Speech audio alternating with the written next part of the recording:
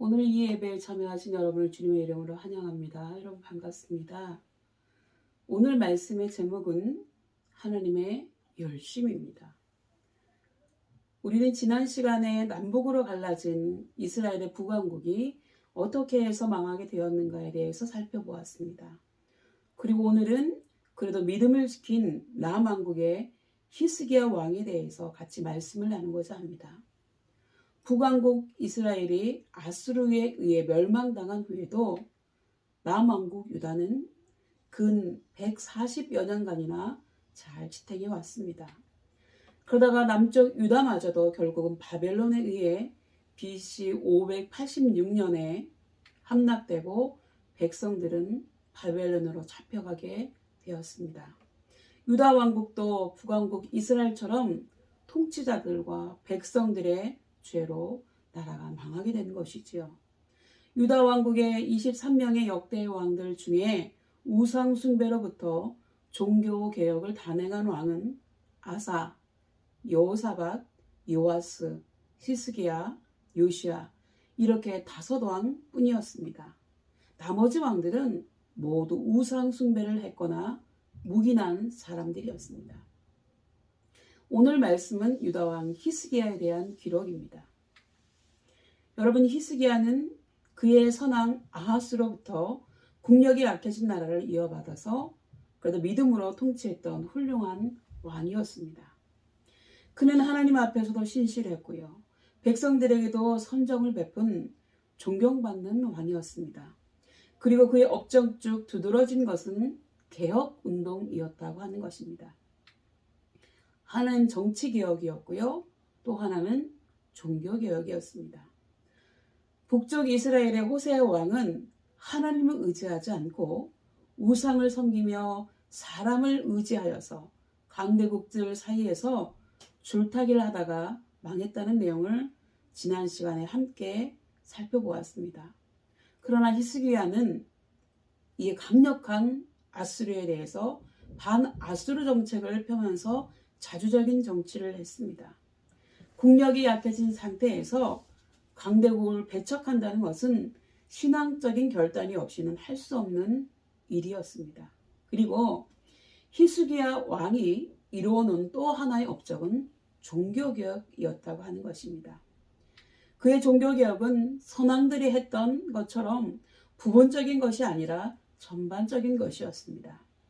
히스기야는 폐쇄되었던 성전문을 다시 열고 예배를 회복했고요. 우상을 모두 이렇게 제거했습니다. 유다 왕국 전역에서 실제로 모든 산당들을 완전히 철거한 것은 히스기야 왕에 의해서만 이루어졌습니다. 즉 우상들과 산당들을 깨끗이 모두 제거한 것입니다. 그리고 유월절을 성대하게 지켰는데 북쪽 이스라엘 백성들까지 초청해서 7일간 무교절로 지켰습니다. 마치 우리나라 남북 이산가족이 상봉하듯이 이스라엘이 남과 북으로 분열된 이후에 남북이 함께 모여서 일주일간 절기를 지킨 정말로 기념할 만한 일이었습니다. 그래서 성경에서는 유다의 여러 왕들 중에 히스기야와 같은 자가 없었다고 높게 평가하고 있습니다. 유다의 역대 왕들 중에 이렇게 좋은 평가를 받은 왕은 히스기야 왕 외에 아사 왕과 요시아 왕 밖에는 없습니다. 여러분, 북왕국 이스라엘을 멸망시킨 아수르 왕 살만 에셀의 아들 사르곤이 죽고요. 그의 아들 사네립이 통치하게 되었습니다. 사네립의 부왕 사르곤이 죽자 아수르의 조공을 바치던 나라들은 반기를 들고 독립을 선언했는데요. 히스기야 왕도 여기에 가담해서 반아수르 정책을 선언하고 아수르의 조공을 바치지 않았습니다. 그러나 이에 열을 받은 아수르 왕 사네립은요, 아수르로부터 독립을 선언하고 조공을 바치지 않은 나라들을 하나씩 점령하기 시작했습니다. 왜냐하면 당시에는 아수르 제국 통치 시대였으니까요. 아수르 왕 사네립은 히스기야 왕 집권 14년 곧 BC 701년에 군대를 이끌고 남왕국 유다를 침략하여서 유다의 견고한 모든 성읍들을 손에 넣었습니다. 속수무책으로 성읍들을 빼앗긴 히스기야 왕은 수도 예루살렘만큼은 빼앗기지 않겠다는 의지로 사네립에게 좀 물러가 주시라고 철군을 호소했지만 사네립이 그 철군을 하는 조건으로 엄청난 양의 곡물을 요구했던 것입니다. 그 곡물의 양은 어떻게 되느냐면요. 곧 은 300달란트와 금 30달란트였습니다. 여러분, 한 달란트는 약 34kg입니다.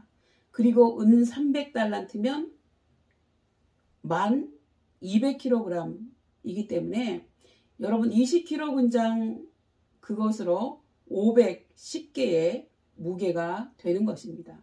또한 금 30달란트는요 1020kg이기 때문에 여러분 20kg 군장 51개의 무게가 됩니다.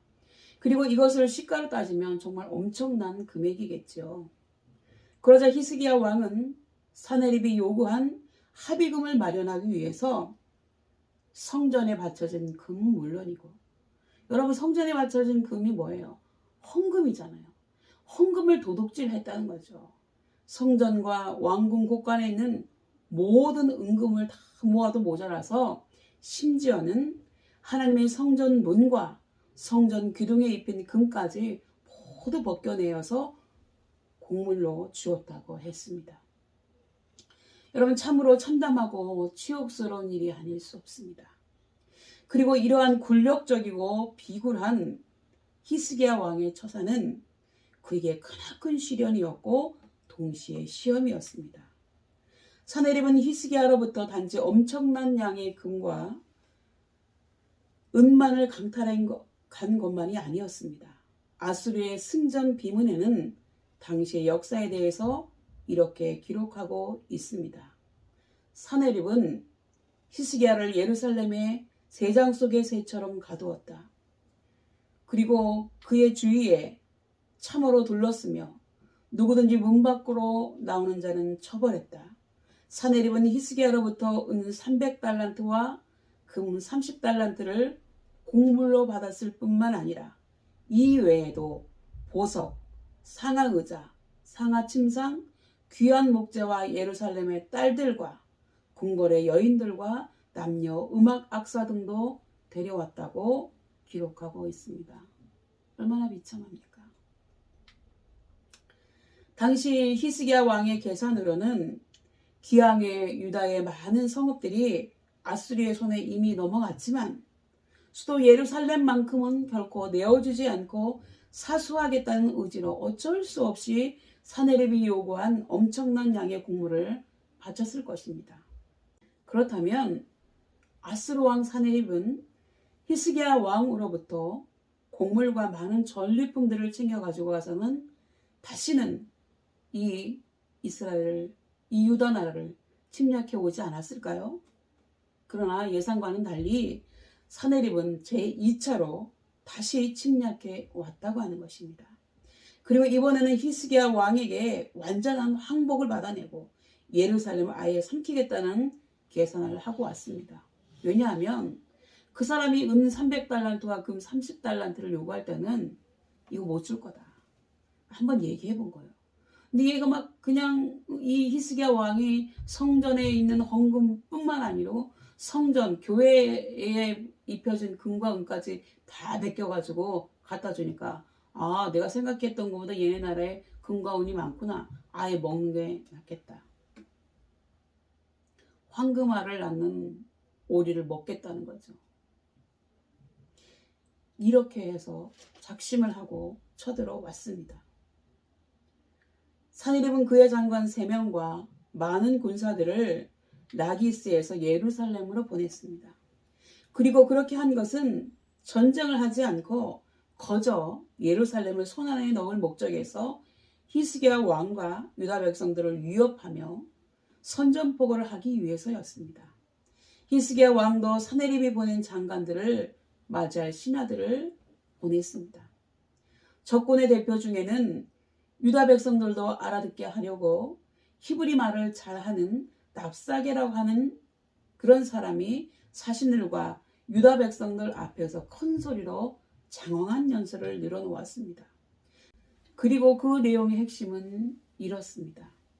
너희의 주 히스기야는 도대체 뭘 믿고 우리 아수르 대제국을 반역한 것이란 말이냐? 상한 갈대 지팡이나 다를 바 없는 애굽이더냐? 아니면 너희가 믿는다는 신 여호와냐? 아수르의 손에서 그들이 너희를 구할 수 있다고 믿느냐? 어림없는 소리다. 우리가 여기 올라올 때에 여호와께 묻지 않고 온 줄 아느냐? 너희 하나님 여호와가 우리에게 가서 너희를 쳐서 멸하라고 우리를 보냈느니라. 라고 하면서 하나님의 이름을 조롱하고 유다 백성들을 협박하고 길을 꺾고 놓았습니다.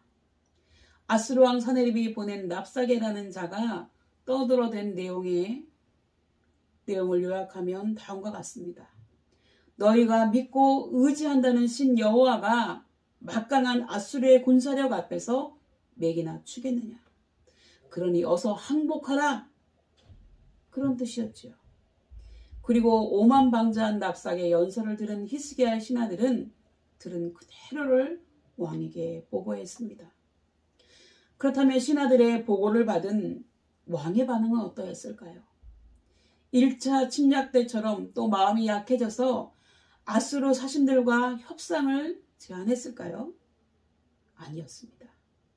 한 번 속는 건 실수지만 2번 속는 건 바보라고 어느 정치인이 이야기했지요. 그런 것처럼 히스기야 왕이 한 번은 속았지만 2번은 속지 않았습니다. 그렇다면 히스기야는 아수르의 위협적인 선전포고에 대해 어떻게 대처하고 어떻게 국난을 극복했을까요? 저는 모든 왕과 지도자들이 이렇게 해야 된다고 믿습니다. 첫 번째요. 히스기야는 먼저 하나님의 성전을 찾았습니다. 그는 그의 옷을 찢고 굵은 베옷을 입고 여호와의 전에 들어갔다고 했습니다. 그는 하나님 앞에 회개하며 겸손한 모습을 보였습니다. 이것이 바로 위기에 처한 사람, 고난을 당하는 사람이 가져야 할 첫 번째 자세입니다. 왜냐하면 하나님은 그분을 찾는 사람을 도와주시고 또한 그분을 찾는 사람을 결코 버리지 않으시기 때문에 그렇습니다. 그리고 두 번째요. 히스기야는 선지자 이사야에게 신하를 보내 기도를 부탁했습니다. 당시 선지자의 예언은 곧 하나님의 말씀이었습니다. 그러므로 히스기야가 이사야에게 기도를 부탁한 것은 하나님의 뜻을 알아보기 위함이었고요. 국난을 위해 기도해 주기를 원하였기 때문이었습니다. 히스기야는 이처럼 하나님의 말씀에 충실하게 따르고자 노력했습니다. 그렇기 때문에 성도들은 어떠한 어려움이 닥쳐오더라도 히스기야처럼 낙심하지 말고 하나님의 약속의 말씀을 믿고 그 말씀에 의지해야 될 줄로 믿습니다. 그리고 세 번째요. 히스기야 왕 자신도 기도했습니다. 히스기야는 자신이 기도함으로써 백성들에게 본을 보였습니다. 그의 기도의 내용은 간략하지만 매우 의미 있는 기도를 드렸습니다. 첫 번째, 그는 먼저 유일하신 하나님이심을 고백했습니다. 아수르 왕이 멸망시켰던 여러 나라들의 신은 신이 아니라 인간이 만든 우상에 불과하지만 여호와 하나님은 유일하신 천지의 주제이시기에 하나님께서 아수르의 손에서 유다를 건져주실 것을 믿고 기도한 것입니다. 그리고 두 번째는 하나님을 모독한 자에게서 우리를 구원해달라고 기도했습니다. 히스기야 왕의 기도는 하나님께서 아수르를 징벌하심으로써 천하만국의 하나님만이 참 신이심을 나타내 달라는 호소였습니다. 그렇다면 하나님은 과연 히스기야 왕이 기도한 대로 이 막강한 아수르 이들을 물리쳐 주셨을까요? 신실하신 하나님은 그분이 약속하신 대로 즉시 응답해 주셨습니다. 그래서 히스기야 왕은 칼과 활 한 번 사용하지 않고도 막강한 아수르 군사 18만 5천 명을 전멸시키고 대승을 거두었습니다. 하룻밤 사이에 15개 사단 병력 이상이 전멸한 것입니다. 그렇다면 어떻게 이러한 일이 가능했을까요? 열왕기하 19장 35절에 이렇게 기록되어 있습니다. 이 밤에 여호와의 사자가 나와서 아수르 진에서 군사 18만 5천 명을 친지라. 아침에 일찍이 일어나 보니 다 사체가 되었다 라고 기록하고 있습니다. 여기에서 여호와의 사자라고 하는 것은요, 천사를 의미합니다. 이 천사는 멸망시키는 전염병을 퍼뜨리는 역할을 맡은 천사라고 우리가 추측하고 있습니다. 따라서 당시 급성 흑사병으로 아수르군이 전멸했을 것으로 보고 있습니다. 그리고 하나님을 조롱하고 유다 백성들을 위협했던 아수르 왕 사네립은 무사했을까요? 그는 군사를 다 잃고 혼자 도망쳐서 아수르의 수도 니느웨로 가서 그가 섬기는 신 니스록의 묘에 경배할 때에 두 자객이 사네립을 칼로 쳐 죽이고 아라랏 땅으로 도망쳤다고 했습니다. 그리고 사네립을 죽인 자는 바로 아드람 멜렉과 사레살이라고 하는 자들이었는데 역대하 32장 1절에 저들의 신원이 어떻게 되는지 밝히고 있는데요. 아수르 왕 사네립을 암살한 자는 바로 그의 몸에서 난 아들들이었다고 하는 것입니다. 즉 사네립을 죽인 자는 그의 부하나 신하나 정적이 아닌 바로 그의 아들들이었다는 것은 사네립의 죽음이 반인륜적인 부끄러운 친부 살해 사건으로 종식되었다고 하는 점에서 하나님의 심판이라고 보아야 할 것입니다. 여러분, 그러나 더 중요한 것은 지금부터입니다. 여호사는 얼마 후에 죽을 만큼 아픈 병에 걸리게 됩니다. 어떤 사람들은 추측하기를 그가 걸린 병이 화병이 아니었나. 이 화병은 한국에만 있는 병인데요. 그렇게 추측하고 있습니다.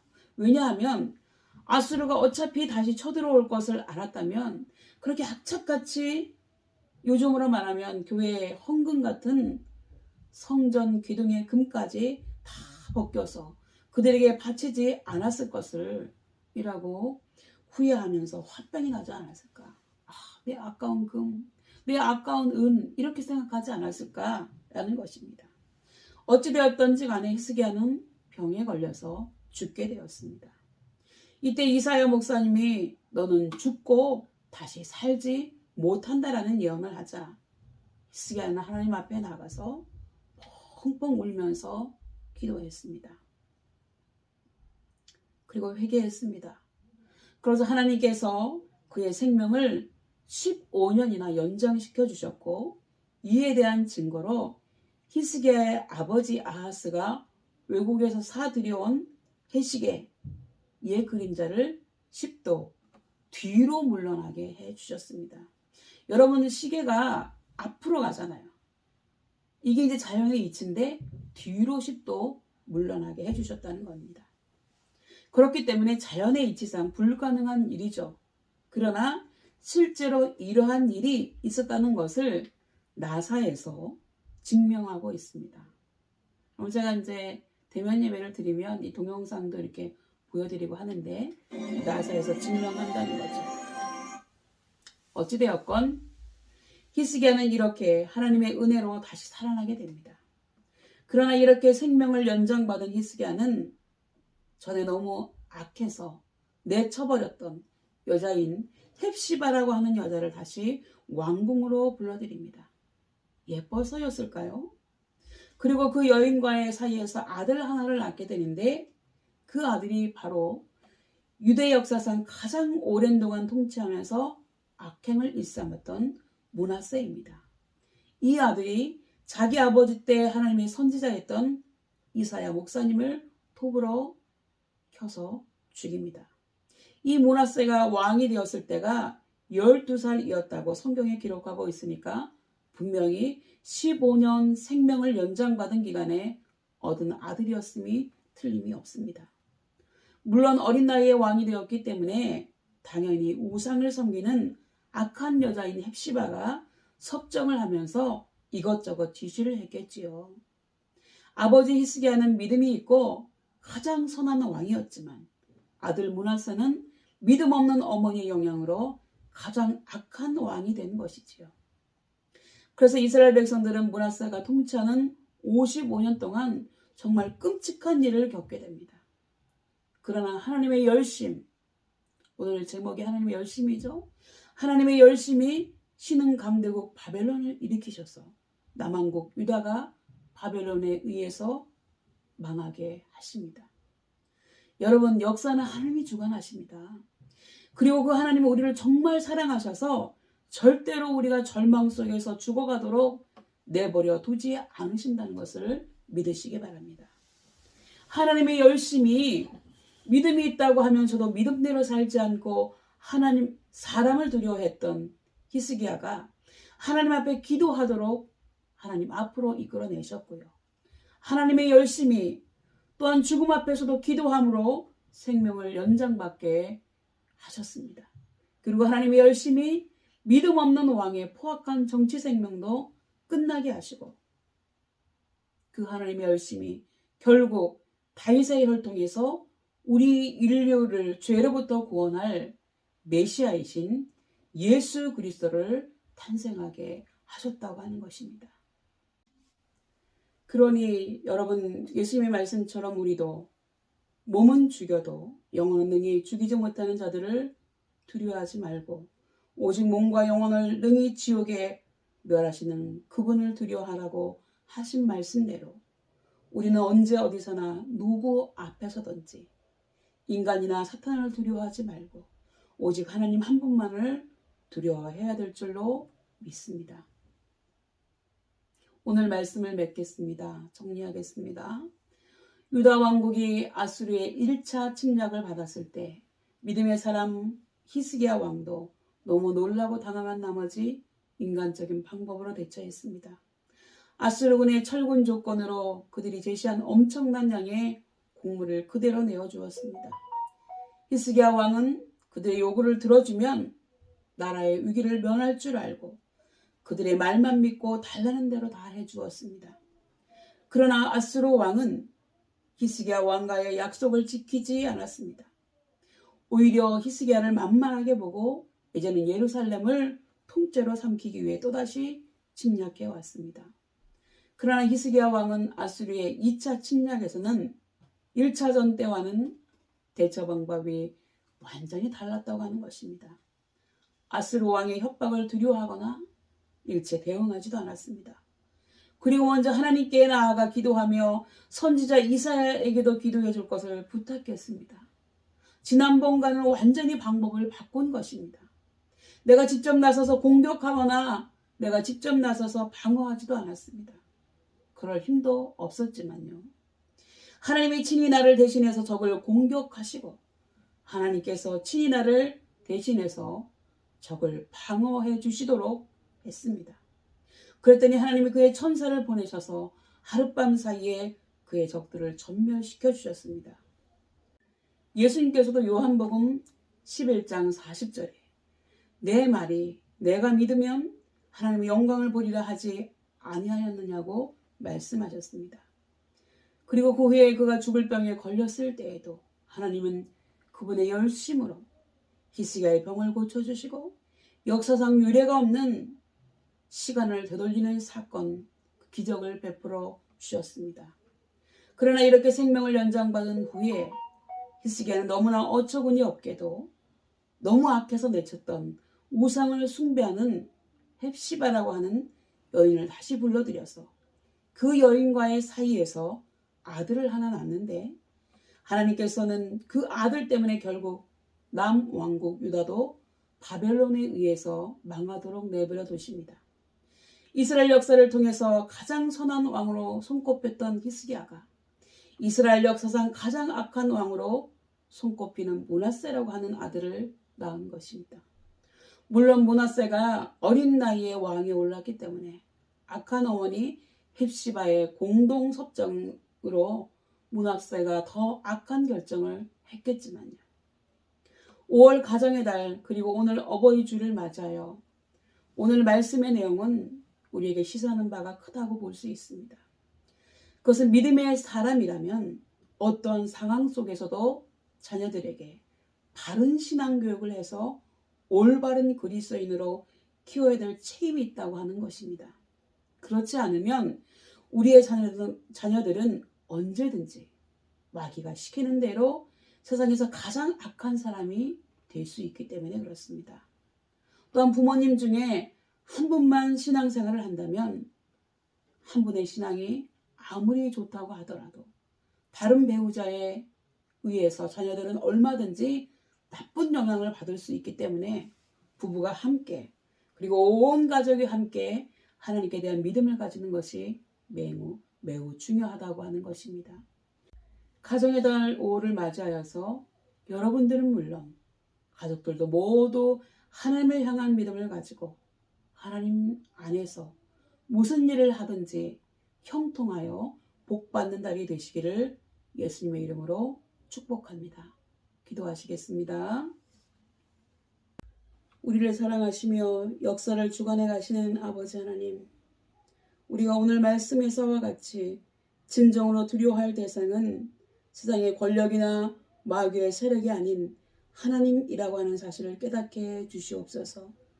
그리하여 언제 어디서나 세상 앞에 기죽지 않고 하나님의 사람으로서 당당하고 정직하게 살아가게 하여 주옵소서. 우리가 그리스도의 빛과 소금이 되게 해 주옵소서. 감사드리고 예수님의 이름으로 기도드리옵나이다. 아멘.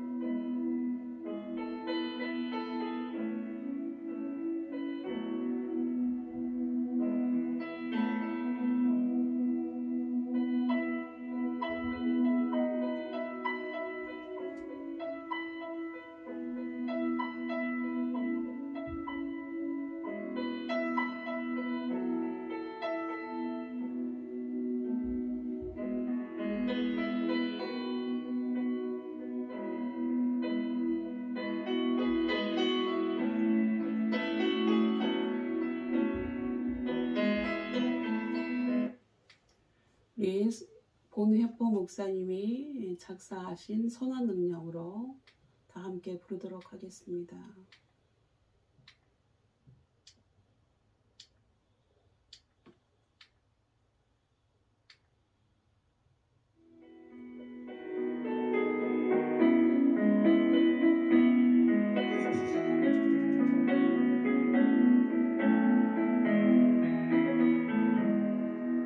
그 선한 힘에 고요히 감사하여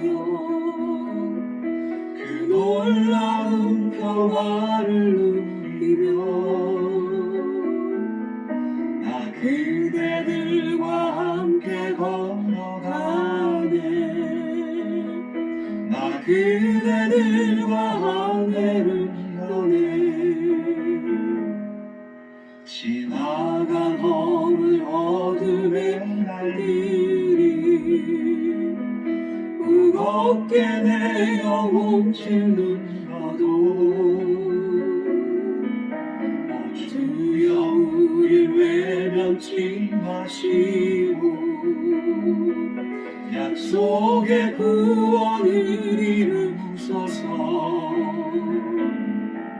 그 선한 힘이 우릴 감싸시니 믿음으로 일어나리 기대하네. 주 언제나 우리와 함께 계셔 하루 또 하루 밤을 새워 주께서 밝히신 작은 촛불이 어둠을 헤치 못하오르네. 그 빛에 우리 모두 하나 되어 오늘의 비추게 하소서. 그 선한 힘이 우릴 감싸시니 믿음으로 일어나리 기대하네. 주 언제나 우리와 함께 계셔 하루 또 하루 밤을 새워. 이 고요함이 깊이 번져갈 때 저 가슴 벅찬 노래 들리네. 다시 하나가 되게 이끄소서. 당신의 빛이 빛나는 이 밤 그 선한 힘이 우릴 감싸시니 믿음으로 일어나리를 기대하네. 주 언제나 우리와 함께 계셔 하루 또 하루 밤을 새워.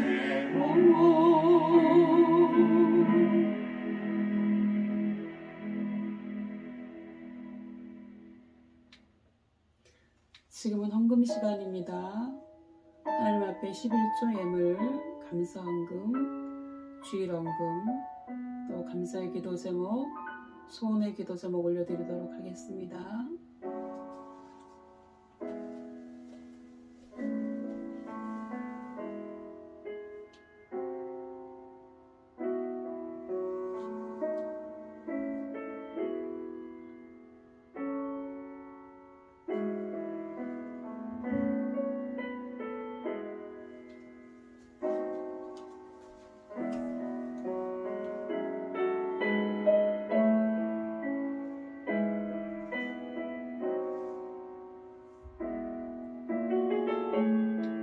기도하겠습니다. 하나님 앞에 한 달 동안 수고하고 우리 수입에 11조를 드린 손길들 주님께서 축복해 주시기를 원합니다. 이들의 삶이 더 복되게 하여 주시옵소서. 또 하나님 앞에 감사함으로 감사의 힘을 드린 손길들 주님 기억하여 주시고, 또 멀리서 헌금한 손길들 주님 기억하여 주셔서 그들의 헌금이 또 그들의 삶이 하나님 앞에 온전히 쓰임받게 해 주옵소서.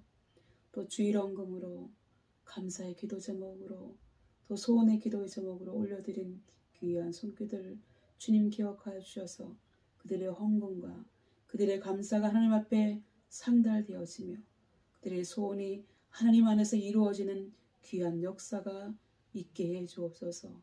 그래서 그들이 늘 하늘의 신령한 것과 땅에 기름진 것으로 가득 차게 해 주옵소서. 감사드리고 예수님의 이름으로 간절히 기도 올렸나이다. 아멘.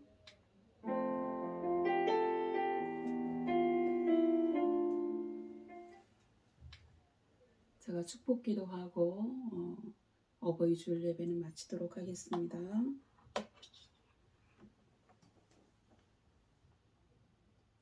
기도하겠습니다. 지금은 우리의 모든 죄를 짊어지시고 십자가에서 희생해 주신 우리 주 예수 그리스도의 은혜와 위아들도 아낌없이 내어주신 하나님 아버지의 사랑과 우리가 진정으로 두려워해야 될 대상이 누구인지를 깨닫게 하시는 성령님의 감화감동 충만하심이 이제 어떠한 어려움과 환난 속에서도 세상 앞에 기죽지 않고 당당한 크리스천 리더로서 살아가기를 소망하고 다짐하는 모든 신우들 머리 위에와 우리의 교회 위에 그리고 우리가 속한 대대와 간부님들 신우들 머리 위에 특히 대대장님 머리 위에 함께 예배드리는 믿음의 권속들 위에 지금부터 영원까지 함께 계시기를 간절히 축원하옵나이다. 아멘. 여러분 예배는 마쳤습니다. 다음 주에 뵙도록 하겠습니다. 여러분 축복하고 사랑합니다.